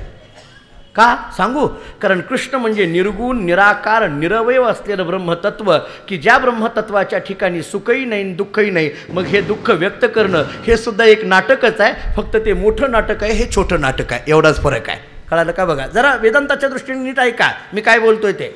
अद्वैत ब्रह्मज्ञान ज्याला प्राप्त झालेलं असतं त्याला सुखही नसतं आणि दुःखही नसतं। मी अनेकदा प्रमाण देत असतो, कळो नये सुख दुःख तहान हरपली भूक देहभाव हरपला तुझं पाहता विठ्ठला। भगवंत मय ज्याचं जीवन झालेलं आहे त्याला सुखही राहत नसतं दुःखही राहत नसतं, मग भगवंताला कसं सुख दुःख चिटकेलं? अहो मला सांगा, तुकाराम महाराजांना जगद्गुरू म्हटलं म्हणून तुकाराम महाराजांना सुख नाही, आणि वेड्या तुक्या म्हटलं म्हणून तुकाराम महाराजांना दुःख नाही, आहे का नाही? तुकाराम महाराजांचं चरित्र, गाढवावर बसून दिंड काढली म्हणून तुकाराम महाराजांना काही राग वाटत नाही, दुःख व्यक्त होत नाही। का? कारण मन हे राम झाले, मन हे राम झाले। ज्या मनाने सुख दुःख व्यक्त करायचं असतं ते मन मन म्हणूनच जर राहिलेलं नसेल, मग भगवंताला पाहण्याने, भगवंताला नामस्मरणाने ज्याचं मन न मन या अवस्थेमध्ये गेल्यानंतर सुख दुःख चिटकत नाही, मग तो भगवान परमात्मा तरी सुख दुःखाने युक्त असेल कसा हो? खरं बघायला गेलं ते तिथं सुखही नाही दुःख नाही, पण हे महत्वाचं आहे, लक्षात घ्या। काय? भगवान आता सगुण रूपाने आहेत, लौकिकाच्या दृष्टीने भूमिका व्यक्त करणारे भगवान आहेत, आणि म्हणून एकीकडे भगवंताला दुःख झालेलं नाटक करून ते दाखवायचं आहे, आणि एकीकडे खरोखर सासरा गेल्याचं दुःख सत्यभामीच्या समोर व्यक्त करायचं आहे। भगवान खरेच डोळ्यातून अश्रू आणायला लागले, म्हणायला लागले, सत्यभामी रडू नको, काही ना काहीतरी त्या असं व्हायला नको होतं। सत्यभामीने सांगितलं, तसं नाही, माझ्या वडिलांचा ज्यांनी वध केलेला आहे त्या शतधन्व्याला तुम्ही शोधून काढलं पाहिजे, तो मनी घेऊन गेलाय, शोधून काढलं पाहिजे। सत्यभामीने हे शब्द सांगितल्यानंतर भगवान म्हटले काही हरकत नाही। भगवान आणि बलराम दादा दोघंही इथं आले, द्वारकेमध्ये आले। भगवान आणि बलराम दादा हे दोघं द्वारकेत आलेले आहेत ही बातमी जेव्हा शतधन्व्याला कळाली तेव्हा शतधन्व्याने विचार केला, आणि भगवंताने आल्या आल्या सांगितलं तो शतधन्वा कुठे शोधून घ्या म्हटले। हे जेव्हा शतधन्व्याला कळालं तेव्हा शतधन्व्याने विचार केला, आता आपलं काही खरं नाही, हा कृष्ण आपल्याला मारल्याशिवाय राहणार नाही, मग आता काय करायचं? म्हणून तो शतधन्वा धावत गेला तो कृतवर्म्याकडे। नीट ऐका आता, कृतवर्म्याकडे गेला आणि म्हणायला लागला, अरे बाबा आपण करायला नको होते ते, माझ्याकडून चूक घडली आहे, मी सत्राजिताचा वध करायला नको होता पण मी केला आणि तो मनी घेऊन आलो, आता मी काय करू? तो कृष्ण माझ्या मागं लागलाय, मला वाचव, मला काहीतरी कर। कृतवर्म्याने सांगितलं, ए बाबा तू बघ, आपल्याकडे नको म्हटले। जी कान भरवतात ती युद्ध आलं आपल्यावर संकट आलं की बाजूला सरकतात, लक्षात घ्या। कृतवर्म्याने सांगितलं आपल्याला जमत नाही म्हटले, ते तू बघ म्हटले। ते शतधन्व्याने सांगितलं, अरे बाबा मी काही युद्ध त्या सत्राजिताला मारायचं माझ्या डोक्यातही नव्हतं, तुम्ही भरवलं ना? कृतवर्म्याने सांगितलं, आम्ही भरवलं म्हणून तू ऐकायचंच असतं असं कुठं असतंय का? आम्ही सांगणारे सांगत असतात, उडी टाक म्हटल्यानंतर उडी टाकायचीच असते का? उडी टाक म्हणणारे किती आहेत? भरपूर आहेत, पण बुडायला लागल्यानंतर काढणारे कमी आहेत, आहे का नाही? म्हण आपल्याकडे उडी टाक म्हणणारे भरपूर असतात। कृतवर्म्याने सांगितलं आपल्याला जमणार नाही। अरे असं कसं काही, तो कृष्ण मागं लागलाय ना? कृतवर्म्याने सांगितलं, शतधन्व्या तुला माहीत नाही या कृष्णाचं सामर्थ्य काय आहे, जरासंधाला 18 वेळा माघारी पाठवलेला हा कृष्ण आहे म्हटले। त्या कंस चानूर मर्दनम असा तो कृष्ण आहे। मी कंसाच्या जवळ, तो कृतवर्मा कंसाच्या जवळ होता एक काळ, त्यामुळे मी कंसाच्या जवळ होतो, मला माहीत आहे, त्यामुळे कंसाची काय ताकद आहे ही मला माहीत आहे। पण कंसाची ताकदसुद्धा सामर्थ्यसुद्धा ज्याच्या पुढे एकचित अशा पद्धतीचा आहे असा तो कृष्ण आहे म्हटले। आणि तसं कृष्णाचं सामर्थ्य बोलायला लागला तो कृतवर्मा, तो फार मोठा सामर्थ्यवान आहे। जरासंधासारख्याला जर त्यानं 18 वेळा माघारी पाठवलं असेल तर बघ, म्हणजे ज्याच्याकडे मदत मागायला गेले ते काय करायला लागले? भीती दाखवायला लागले, ते भीती दाखवायला लागलं। शतधन्व्यांनी सांगितलं, अरे बाबा त्याची भीती दाखवू नको, याच्यातून मार्ग सांगते म्हणले, तू बघ, आपल्याकडे नाही म्हटले, तू पहिलं माझ्याजवळ निघून जा, आणि जर कृष्णाला कळालं की शतधन्वा माझ्याजवळ आलेला आहे तर ते मलाही मारून टाकेल, तू पहिलं बाजूला हो म्हटले। मलाही मारून टाकेल, तू पहिलं बाजूला हो, माझ्याजवळ थांबू नको, माझ्या संगतीलाही राहू नको, पहिलं बाजूला हो. शतधन्वीने विचार केला, काय करावं. शतधन्वीने विचार केला, एकाने नाही साथ दिली म्हणून काय झालं, आपल्याला भरवणारे किती जण होते, दोघं होते ना, आपण तिकडे जाऊ म्हटले. कोणाकडे, अक्रूराकडे. म्हणून अक्रूराकडे तो गेला आणि अक्रूराला सांगायला लागला, अरे बाबा तू तरी बघ ना म्हटले, अशा पद्धतीने तो कृष्ण मागं लागलाय, तू तरी हे कर ना. अक्रूराने सांगितलं, हे बाबा आपल्याला तसलं काही सांगू नको, तुझा आणि माझा काही संबंध नाही, मी तुला ओळखतही नाही. अक्रूर बोलायला लागला, अलीकडल्या काळात सुद्धा असेच अक्रूराचे वंशज आहेत, नाही असं नाही, मी तुला ओळखतही नाही, आपलं कधी भेट झाली होती आहे का नाही मला सांगा. किती गंमत असते. डॉक्टर सर्वपल्ली राधाकृष्णन यांनी त्यांच्या एका व्याख्यानामध्ये एक उदाहरण फार चांगलं दिलं होतं. उदाहरण थोडंसं काल्पनिक आहे पण त्यांनी दिलेलं आहे. काय आहे तुम्हाला सांगू, आपल्या तत्ववेत्यांनी केलेली भाषणातली काही उदाहरणं ही जरी काल्पनिक असली तरी इतक्या चांगल्या कल्पना आपल्या भारतीय संस्कृतीतल्या तत्ववेत्याशिवाय दुसरीकडे कुठं निर्माणही होणार नाहीत. हे भारतीय संस्कृतीचं वैशिष्ट्य आहे. नाही पटलं तर मी दुसरं सांगतो तुम्हाला. स्वामी विवेकानंद जेव्हा परदेशामध्ये गेले, अमेरिकेमध्ये गेले आणि आपल्या व्याख्यानामध्ये त्यांनी राजा हरिश्चंद्राची कथा सांगितली. आपल्या व्याख्यानामध्ये राजा हरिश्चंद्राची कथा सांगितली. कथा आपण मागे एकदा ऐकली आहे. कथा काय होती त्याच्यामध्ये, झोपेमध्ये स्वप्न पडावं आणि स्वप्नामध्ये आपलं राज्य सगळं दान करून टाकावं. आहे की नाही हरिश्चंद्राची कथा, सत्यवादी म्हणून. ही कथा स्वामीजींनी अमेरिकेमध्ये सांगितली. कथा संपल्यानंतर, नीट ऐका, कथा संपल्यानंतर एक अमेरिकन लेडी, एक नन, एक स्त्री उभा राहिली आणि तिनं स्वामी विवेकानंदांना विचारलं, स्वामीजी तुम्ही सांगताय की राजा हरिश्चंद्राला झोपेमध्ये स्वप्न पडलं आणि स्वप्नामध्ये त्यांनी सगळं राज्य दान केलं आणि तो सत्यवादी असल्यामुळे जागृतीमध्येही त्यांनी खऱ्या अर्थाने त्या सगळ्या राज्यावर पाणी सोडलं. स्वामीजींनी सांगितलं, हो. भारतामध्ये घडलं म्हणता, म्हटले हो. अयोध्येच्या संबंधाने घडलं म्हणता, म्हटले हो. त्या अमेरिकेने, त्या लेडीने सांगितलं, त्या स्त्रीने सांगितलं, मला तर ही सगळी कल्पना वाटते. म्हटले हे काही खरं नाही. त्यात ती अमेरिकेची संस्कृती. तिने सांगितलं, मला तर ही सगळी कल्पना वाटते, मला काही हे काही खरं वाटत नाही. स्वामीजींनी काय उत्तर द्यावं. स्वामीजींनी सांगितलं, बाईसाहेब तुम्ही जे म्हणताय ते एका दिवस मी मान्यही करतो म्हटले, कारण मी आता तुमच्या प्रांतात आहे. तुम्ही जे म्हणताय ते एका दिवस मी मान्यही करतो. तुम्हाला ही सगळी कल्पना वाटायला लागली. भारतातल्या ऋषींनी निर्माण केलेली, वाल्मिकी ऋषींनी निर्माण केलेली ही काय वाटायला लागली तुम्हाला, कल्पना वाटायला लागली. पण स्वामीजींनी सांगितलं, इतक्या चांगल्या पद्धतीची कल्पनासुद्धा भारतातच निर्माण होऊ शकते, दुसरीकडे कुठे निर्माण होऊ शकत नाही. हे स्वामीजींनी दिलेलं उत्तर आहे. इतका चांगला कल्पनाविलाससुद्धा करण्याकरता भारतातच जन्म घ्यावा लागतो, दुसरीकडे जन्म घेऊन जमणार नाही. ही भारतीय संस्कृतीचं वैशिष्ट्य आहे. मी का बोलत होतो आपल्याला हे सगळं. डॉक्टर सर्वपल्ली राधाकृष्णन यांनी त्यांच्या उदाहरणामध्ये एक छोटंसं उदाहरण दिलं आहे. मला ह्या अक्रूर, कृतवर्मा आणि शतधन्वाची होत असलेली फजिती याच्यावरनं द्यायचं आहे. हे उदाहरण प्रसंग तुमच्या डोळ्यासमोर आहे. मी फक्त ते पटवून देण्याकरता अन्य एका उदाहरणाची पुष्टी देतो आहे. मला काय सांगायचं आहे, कृष्ण मागं लागलाय कोणाच्या, शतधन्व्याच्या. हा पहिला दरवाजा ठोठावतोय कोणाचा, कृतवर्म्याचा. त्यांनी जवळ घेतलाय का ह्याला, नाही. पण कोण होता हा, मित्र होता ना कृतवर्मा त्याचा, नाही. अक्रूराकडे गेला, त्यांनी त्याला जवळ घेतलं नाही. डॉक्टर सर्वपल्ली राधाकृष्णन असं सांगतात, काही झालं म्हणे, एका माणसाकडून एक गुन्हा घडला. त्यांनी एक उदाहरण दिलं. त्या उदाहरणाच्या शेवटी दिलेलं तत्व फार चांगलं आहे म्हणून उदाहरण देतो. त्यांनी सांगितलं की एका माणसाच्याकडून एक गुन्हा घडला आणि गुन्हा घडल्यानंतर त्याच्यावर केस दाखल झाली, कोर्टामध्ये ती केस सुरू झाली आणि मग कोर्टामध्ये केस सुरू झाल्यानंतर त्या गुन्हेगाराला, आरोपीला असं वाटायला लागलं की आपण याच्यामध्ये आपल्याकडून चूक नाही, आपल्याला साक्ष देण्याकरता कोणीतरी पाहिजे. कोण आता आपल्याला साक्ष देणार. म्हणून तो आरोपी, त्यांच्या आरोपीच्या लक्षात आलं, आपल्याला 3 मित्र आहेत, 3 मित्र आहेत, त्याच्यातल्या 2 मित्रावर मी खूप प्रेम करतोय, 3ऱ्या मित्रावर माझं प्रेम नाही आहे. पण गंमत अशी होती, 3ऱ्या मित्राचं याच्यावर फार प्रेम होतं. नीट ऐका. मग तो आरोपी विचार करायला लागला, आपले जे जीवलग 2 मित्र आहेत त्या 2 मित्राकडे जाऊया. त्याने पहिल्या मित्राकडे गेला आणि त्याला म्हणायला लागला, अरे बाबा माझ्यावर केस झाली आहे, माझ्या बाजूनी साक्ष देण्याकरता थोडंसं ये ना. त्या पहिल्या मित्रांनी सांगितलं, हे बघ गुन्हा करायला काय मी सांगितलं होतं का, तेच तू बघ म्हटले. मी अजिबात नाही म्हटले, मी घरचं हलणार सुद्धा नाही, जागासुद्धा सोडणार नाही. त्यांनी सांगितलं, अरे असं कसं, आपण दोघांनी मिळून आत्तापर्यंत सगळ्या गोष्टी केल्या आणि तू मला एकट्याला अडकवायला लागला आणि हलायला तयार नाही. नाही म्हटलं मी अजिबात नाही येणार नाही. त्याला वाईट वाटायला लागलं. पहिला मित्र म्हटला मी जागाही सोडणार नाही. याने विचार केला चला दुसऱ्या मित्राकडे तरी जाऊया. दुसऱ्या मित्राकडे गेला. दुसऱ्या मित्रांनी त्याच्याकडे आनंदाने पाहिलं, खरं बसून घेतलं आणि विचारलं काय झालं रे बाबा एवढं दुःख व्यक्त करायला. तो म्हटला अशी अशी केस झाली आहे. बरं कोर्टात उभा केलंय. बरं साक्ष देण्याकरता माझ्या बाजूने तू यावं अशी माझी इच्छा आहे.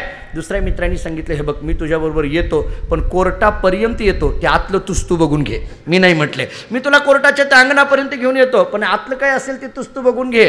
त्याला वाईट वाटायला लागलं. यांनी विचार केला काय करावं. म्हटले चला म्हटले आता शेवटी आपण तिसऱ्या मित्राकडे जाऊया. तिसऱ्या मित्राकडे गेला. तिसऱ्या मित्रांनी त्याचे सगळं ऐकून घेतलं. तिसरा मित्र त्याच्याबरोबर आला, कोर्टामध्ये आला, साक्ष दिली आणि त्याला निर्दोष सोडण्याकरिता त्यांनी प्रयत्न केला. सुटला न सुटला ती गोष्ट निराळी पण प्रयत्न केला. मुद्दा माझा संपला. एक मनुष्य त्याला 3 मित्र, 2 मित्रावर याचं प्रेम, तिसऱ्यावर नव्हतं पण तिसऱ्याचं याच्यावर प्रेम. उदाहरण संपलं. हा तो माणूस आरोपी म्हणजे कोण आहे आणि त्याचे 3 मित्र म्हणजे कोण आहे. डॉक्टर सर्वपल्ली राधाकृष्णन असं सांगतात तो आरोपी म्हणजे दुसरा तिसरा कोणी नाही, तो आपणच आहोत. तो आरोपी म्हणजे दुसरं कोण नाही, आपणच आहोत. आपले सुद्धा 3 मित्र आहेत. त्याच्यातल्या पहिल्या मित्राचं नाव आहे आपण कमवलेले संपत्ती, दुसऱ्याचं मित्राचं नाव आहे आपले सगळे नातेवाईक आणि तिसऱ्या मित्राचं नाव आहे आपण करत असलेलं सत्कर्म. आपली केस जेव्हा वरच्या कोर्टामध्ये सुरू झाली तेव्हा आपण पहिल्या मित्राकडे जातो म्हणजे धनसंपत्तीकडे जातो आणि म्हणतो आम्हाला इथं चितेवर आणून ठेवलंय जरा काहीतरी बघ. ती जी असणारी जी पहिला मित्र आहे तो म्हणतो मी लॉकर सोडून बाहेर येत नाही, मला जे ठेवलंय का नाही SBIमध्ये IDBIमध्ये हे सोडून मी बाहेर येत नाही, मी कपाटात राहिलेलं हे बाहेर सोडून येत नाही. ते तिथंच थांबतं. शेवटी दुसऱ्या मित्राकडे आपण जातो तेव्हा ते दुसरे नातेवाईक नावाचे मित्र म्हणतात आम्ही कोर्टापर्यंत येतो म्हणजे स्मशानापर्यंत येतो. मित्र झाले, गोत्र झाले, तेही स्मशानातूनही परतले. नामदेवराय वर्णन करतात ते स्मशानापर्यंत येतात पण एकट्यालाच आवर्ती जावं लागतं. आणि तिसरा मित्र आपल्याबरोबर येतो, त्याचं नाव सत्कर्म आहे, तो मात्र आपल्या बाजू मांडण्याचा प्रयत्न करतो. ते स्वर्ग नरक काय असेल ते पुढं पण तिसरा मित्र मात्र आपल्याला मदत करतो. याचा अर्थ 2 मित्र जागेवरच थांबतायत, तिसरा मित्र आपल्याला मदत करण्याची शक्यता आहे. शतधन्व्याची ही स्थिती झाली. तो पहिल्या मित्राकडे जातोय, कृतवर्मात जाऊन घ्यायला तयार नाही. अक्रूराकडे गेला, अक्रूराने त्याला लावून घेतलं नाही. नाही बाबा म्हटले तू कोणाकडे आलाय, माझ्याकडे आला, तुला कळतं का नाही माझं आणि कृष्णाचं नातं काय आहे. अरे चुलत पुतण्याचं नातं आहे, त्याला जर कळालं मी तुझ्या बाजूने आहे म्हटलं तर तो मला सुद्धा सोडणार नाही. का? कारण तो सत्यवादी आहे. म्हटले अजिबात नाही, तू जवळ थांबू नको, निघून जा.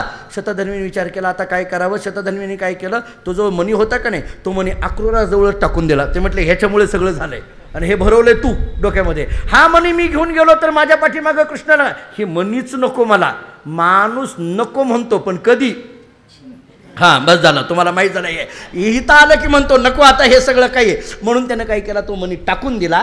मणी अक्रूराजवळच टाकून दिला आणि तो शतधन्वा घोड्यावर बसून फरार झाला. भगवंताला जेव्हा कळालं, भगवान आणि बलराम त्या शतधन्व्याच्या मागे निघाले अशी कथा सांगितली जाते. निघाले लांब दूर दूर जात असताना मिथिला नगरीपर्यंत हा प्रवास गेला. घोड्यावरनं तो शतधन्वा खाली पडला. भगवान त्याच्या धावत धावत पाठीमागं चालत जातात आणि त्या शतधन्व्याला मारून टाकतात, त्याचा वध करतात. पण गंमत अशी झाली त्याच्याजवळ मणी सापडला नाही, त्याच्याजवळ मणी नाही. आतमध्ये जाऊन एकटेच भगवान परमात्मा त्या शतधन्व्याला मारून बाहेर येतात त्या जंगलातून. बलरामाला सांगतात दादा मी शतधन्व्याला मारलं, वध केलाय, बरं झालं मग, पण मणी त्याच्याजवळ नाही म्हटले. मणी नाही हे जेव्हा बलरामाने ऐकलं तेव्हा बलरामालाच कृष्णाबद्दल शंका आली. नीट ऐका आता, बलरामालाच कृष्णाबद्दल शंका आली. बहुतेक याला मणी स्वतःजवळ ठेवायचा असेल आहे म्हणून असं केलं काय की. किती चित्रण गोड आहे बघा, जरा डोळ्यासमोर घ्या. अहो भाऊ, सक्का भाऊ आहे ना बलराम म्हणजे, सक्का भाऊ, थोरला भाऊ. पण हा थोरला असताना सुद्धा कृष्णाबद्दल शंका आली आणि त्याने विचारलं कृष्ण खरं सांग. भगवंतांनी सांगितलं दादा खरंच. नाही नक्की सांग. नाही म्हटले खरंच. बलरामाने सांगितलं एक काम कर म्हटले, ते जाऊन तू द्वारकेला तू सांग म्हटले, मी येत नाही, मी मिथिला नगरीमध्ये चाललो आता, जरा मला थोडे दिवस इकडं राहायचं आहे. आणि म्हणून बलराम दादा जनक राजाच्या भेटीकरता मिथिला नगरीमध्ये नाराज होऊन गेले असं भागवत सांगतं. भगवंताला वाईट वाटायला लागलं. अरे आता अडचण अशी झाली, शतधन्व्याला जरी मारलेलं असलं तरी मणी मला घेता आला नाही, मणी त्याच्याजवळ नव्हता ना. एकतर बलराम दादाचा माझ्यावर शंका आली, द्वारका असलेल्या नगरीतल्या सगळ्या लोकांची माझ्यावर शंका येणार, आणि एवढं सगळं होऊनच्या होऊन सत्यभामीला सुद्धा माझ्या मनात नाही म्हटलं तरी शंकाच येणार. सत्यभामीला तर असं वाटेल की मण्याकरताच हे सगळं केलं का काय, कोणाच ठाऊक ह्यांनी काही सांगता येत नाही. काय करावं. भगवान माघारी आले. माघारी आले खरं, पण भगवान अस्वस्थ होते, पुन्हा अशांत झाले, पुन्हा दुःख झालं, पुन्हा डोक्याला हात लावून बसले. भगवान विचार करतात, मी किती चांगलं करायचा प्रयत्न करतो तरी माझ्यावरच असे आरोप काय येतात. बघा, पुन्हा कालच्या विषयावर येतोय आपण. मी एवढं सगळ्याचं चांगलं करायचा प्रयत्न करतो तरी का म्हणून मला हा त्रास होतो. काय माझं दैव असेल, काय माझं प्रारब्ध असेल की पुन्हा पुन्हा मला हा त्रास होतो. भगवान डोक्याला हात लावून बसले. भगवंताला लक्षात येईना की शतधन्वा मेला, त्याच्याजवळ मणी नाही. मग मणी आहे कुठं, मणी गेला कुठं. पण गंमत अशी झाली, भगवान जेव्हा माघारी द्वारकेमध्ये आले का नाही, शतधन्व्याला मारून आले, तेव्हा अक्रूराला हे कळाल्यानंतर अक्रूराला वाटायला लागलं की आता मात्र हे माघारी आल्यानंतर आता माझ्यावर एखाद्या वेळेस शंका येण्याची शक्यता आहे. म्हणून अक्रूराने काय केलं, जर इथं थांबलो तर मणी आहे हे कोणाकडून तरी बातमी कळेल, मणी हिरावून आपल्याकडून घेतला जाईल. त्या मण्याबद्दल अक्रूराला अभिलाषा झाली आणि अक्रूर मणी घेऊन द्वारका सोडून काशीला निघून गेले, असं वर्णन आहे. काशीला निघून गेला. कधी नाही ते एकदमच अक्रूर निघून गेला, शंका येते बघा. कधी नाही जाणारे तिकडे गेले की शंका येते का नाही आपल्याला, कधी नाही. एकदम निघून गेला अक्रूर. भगवान विचार करता, डोक्याला हात लावतात, सगळं चाललं आणि इकडं तिकडं बघता बघता अक्रूर आणि कृतवर्मा काही दिसेनात. हे जेव्हा लक्षात आलं, अक्रूर कुठे गेलेत, मग कुणीतरी सांगितलं द्वारकेला गेलेले आहेत, आपलं काशीला गेलेले आहेत म्हटले. भगवान म्हटले, मी इथं असताना काशीला जायची काय गरज आहे, कारण मी तिथं, काशी विश्वेश्वर कोण आहे, मीच आहे, ह्यांना काशीला जायची काय गरज आहे. म्हटले, हा काशीला कसा गेला. बरं, तिथं गेल्यानंतर अक्रूराने तिथं काय केलं होतं काय. बरं, त्याच्या मणी कोणाबरोबर होता, त्याच्याबरोबर. तो रोज काय करत होता, महत्त्वाचं ते आहे का, सोनं ते येत होतं ना, सोनं येत होतं. पूजा केली की सोनं येत होतं. सोनं आल्यानंतर मोठमोठे दानधर्म अक्रूराकडून चालू झालेले होते. कोणीही आल्यानंतर एकदम आता मला सांगा, 8 भार सोनं म्हटल्यानंतर कोणी एखादा आला की एक अंगठी त्याला दिली तर काय हरकत आहे हो. ज्याच्याकडं सोनं भरपूर आहे त्यानं नाही, तसं काही नाही दादा, म्हणजे द्यायला काय हरकत आहे हो. काय देऊन टाकलं महाराजाला एखादं, काय हरकत आहे एखादं देऊन टाकायला, काय अडचण आहे. म्हणून अक्रूर भरपूर असल्यामुळे देऊन टाकत होता, सारखं दान करत होता, सारखं वाटत होता. दान धर्म यज्ञ मोठमोठे अक्रूराचे चालू झाले होते. हे भगवंताला जेव्हा कळालं, भगवान म्हणायला लागले, कधी दान धर्म न करणारा अक्रूर, कधी यज्ञ न करणारा अक्रूर, जेवायचं झालं तर माझ्याच घरी येऊन जेवणारा अक्रूर. आता बघा, त्याच्या घरचं संपतंय म्हणून असा कंजूस असलेला अक्रूर आज एवढा दानधर्म करायला लागलाय, यज्ञ करायला लागलाय. काय आहे, भगवंतानी थोडंसं सगळं त्याचे गुप्तहेर पाठवले आणि भगवंताच्या लक्षात आलं की संबंधक मणी हा कोणाकडे आहे, अक्रूराकडे आहे. भगवंतानी विचार केला, आता काय करायचं. भगवंतानी आता आणखीन एक वेगळी लीला केली. नीट ऐका, काही नाही, सरळ साधी आहे. भगवंतानी अक्रूराला निरोप पाठवला काशीला आणि सांगितलं की तुमच्या उपस्थितीमध्ये एक कार्यक्रम, एक सभा घ्यायची आहे, तुम्ही आलं पाहिजे, तुम्ही आलं पाहिजे. तुमच्या उपस्थित काका आहात तुम्ही, मी तुम्हाला विचारल्याशिवाय काही करत नाही, तुम्ही या, तुम्ही आलं पाहिजे. अक्रूराने इतकं गोड बोलून हा निरोप पाठवलेला, भगवंतांनी एवढा गोड निरोप पाठवलेला होता. त्या पत्रातली भाषा इतकी गोड होती. दूताकरवी जेव्हा अक्रूराकडे पोहोचली आणि त्या भाषेमध्ये इतकी आर्जवता होती, मृदुता होती की अक्रूराला वाटायला लागलं बहुतेक कृष्ण विसरलाय काय की मनाबद्दल विसरलाय दिसतंय, आपल्याबद्दल त्याला शंका नाही, हे लक्षात आलं. म्हटलं याच्यातून अक्रूराने काय केलं, अगदी मन मोकळेपणाने अक्रूर पुन्हा माघारी द्वारकेमध्ये आला. भगवंताने अक्रूराला पाहिलं, नमस्कार केला. का, काशीहून आलात म्हटले. भगवान म्हणले, तुम्हाला नमस्कार म्हणजे काशी विश्वेश्वराला नमस्कार. ऐक नाही बघा देवाचं नाटकं कशी आहेत. बसवलं छानपैकी, सगळं 2-4 दिवस जाऊ दिले. काय आहे, आल्याला असं करायचं नसतं, टप्पे टप्पे बघा कसं आहे ते. सगळं चालू केलं छानपैकी, जेवणावळी उठायला लागल्या, आनंद चाललं. अक्रूराच्या लक्षात आलं बहुतेक काही आता ते मनाचा विषय नाही, कुठं चर्चा नाही, कुठं काही नाही. कुणी कोपऱ्याने सुद्धा म्हणे ना, कुणी घेऊन गेलंय म्हणे, कोणी कुठं काही चर्चा नाही. याचा अर्थ सगळे विसरलेले आहेत. एक 4-8 दिवस जाऊ दिले, सभा भरवली आणि भगवान सभेमध्ये अक्रूराकडे पाहायला लागले आणि अक्रूराला पुन्हा उठून नमस्कार केला आणि म्हणायला लागले, काका मागे आपल्याकडे एक दुर्घटना घडली, माझे सासरे सत्राजित गेले म्हटले, माझे सासरे गेले, त्यांच्याबरोबर तो मणी गायब झालाय. अक्रूराने काढलं, हे जुनं का काढायला लागलाय उकरून. म्हटलं हे मणी गायब झालाय, पण काही गरज नाही. काय त्या मण्याबद्दल पडलंय आपल्याला, काय तो मणी असला काय द्वारकेमध्ये आणि नसला काय. कारण तो मणी निर्माण करणारा कृष्ण द्वारकेत आहे, तर मण्याचं काय घेऊन बसला हो. मणी असला काय नसला काय म्हटलंय, त्या मण्याचं काही घेणं देणं नाही. काका बघा, अक्रूराने लगेच सांगितलं, हो कृष्णा बरोबर आहे, काय त्या मण्याचं घेणं देणं. हे बघा ते असतं ना एकदम, हे पाण्याला, त्या पानाला पाणी लावणं चालू झालं आणि बोलता बोलता भगवान म्हणायला लागले, काका एक बोलू. म्हटले बोल कृष्णा.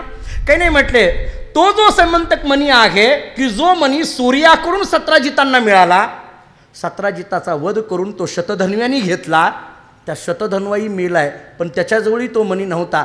आता तो मणी कुठं आहे ते सांगणारा शतधन्वाई इथं नाही. पण काका एक सांगू, तो मणी तुमच्याकडे हे मला चांगलं माहिती आहे म्हटले. तो मणी तुमच्याकडे हे मला चांगलं माहिती आहे. अहो मला सांगा, असा ह्याच्यात असलेला अक्रूर काय आहे, चोराचा चेहरा नाही म्हटलं तरी थोडा तरी घोटाळा होतोच. एकदम चेहरा पडला अक्रूराचा. आणि मग भगवंतांनी सांगितलं काका मला चांगलं माहिती आहे, पण पुढं सांगू काका, मला त्या मण्याची गरज नाही, तो तुमच्याजवळच राहू द्या. मला त्याची गरज नाही, मला त्याची आवश्यकता नाही, पण मणी तो तुमच्याकडे हे मला चांगलं माहिती आहे म्हटले. शतधन्वा जाताना तुमच्याजवळ तो मणी टाकून गेलाय, तुमच्याकडे तो गेला, तुम्ही शतधन्व्याचं मन भरवलं, सतराजिताचा वध करायला लावला. तो मणी शतधन्व्याकडे होता, पण मी आलोय म्हटल्यानंतर तो घाबरला, तो मणी तुमच्याकडे टाकून गेला. तो मणी घेऊनच तुम्ही काशीला गेलात आणि मोठमोठ्या पद्धतीचे यज्ञ दान धर्म केलात. काका मला हे सगळं माहीत आहे, मला हे सगळं माहीत आहे. तो मणी आहे तुमच्याकडे आहे, तो तुमच्याकडेच राहू द्या, मला नको आहे. फक्त माझी एकच विनंती आहे, काय, तो मणी माझ्याकडं आहे एवढं एकदा यादव सभेला सांगा, म्हणजे माझ्यावरचा आळ निघून जाईल. बस दुसरं काहीच करू नका म्हटले, एवढंच करा. आणि सगळ्यात महत्त्वाचं, बलरामाच्या मनामध्ये माझ्याबद्दल जी शंका आहे ती निघून जाईल. माझ्या भावाचा माझ्यावर हा मरेपर्यंत विश्वास राहिला पाहिजे, तो विश्वास कधीही तुटता कामा नये, एवढ्याकरता केलेली ही भगवंताची लीला. भगवान श्रीकृष्ण परमात्म्यांनी सांगितल्यानंतर अक्रूराने तो मणी दाखवला, सगळ्यांना दाखवला. हा मणी माझ्याकडेच आहे, हा माझ्याजवळच आहे, कृष्णाकडे नाही, तो चोरला नाही. मग सगळी द्वारका नगरी कृष्ण परमात्म्याचा जय जयकार करायला लागली. बलरामाने कृष्णाला मिठी मारली आणि सांगितलं, कृष्णा तुझ्याबद्दल विनाकारण माझ्या मनामध्ये शंका आली. भगवान सांगतात आता सगळ्याचं मन मोकळं झालंय ना, सगळं झालं ना. भगवान विचार करायला लागले, आता एकदा बरं झालं असं म्हणून भगवान शांत राहतात. असं राहिल्यानंतर भगवान परमात्म्याला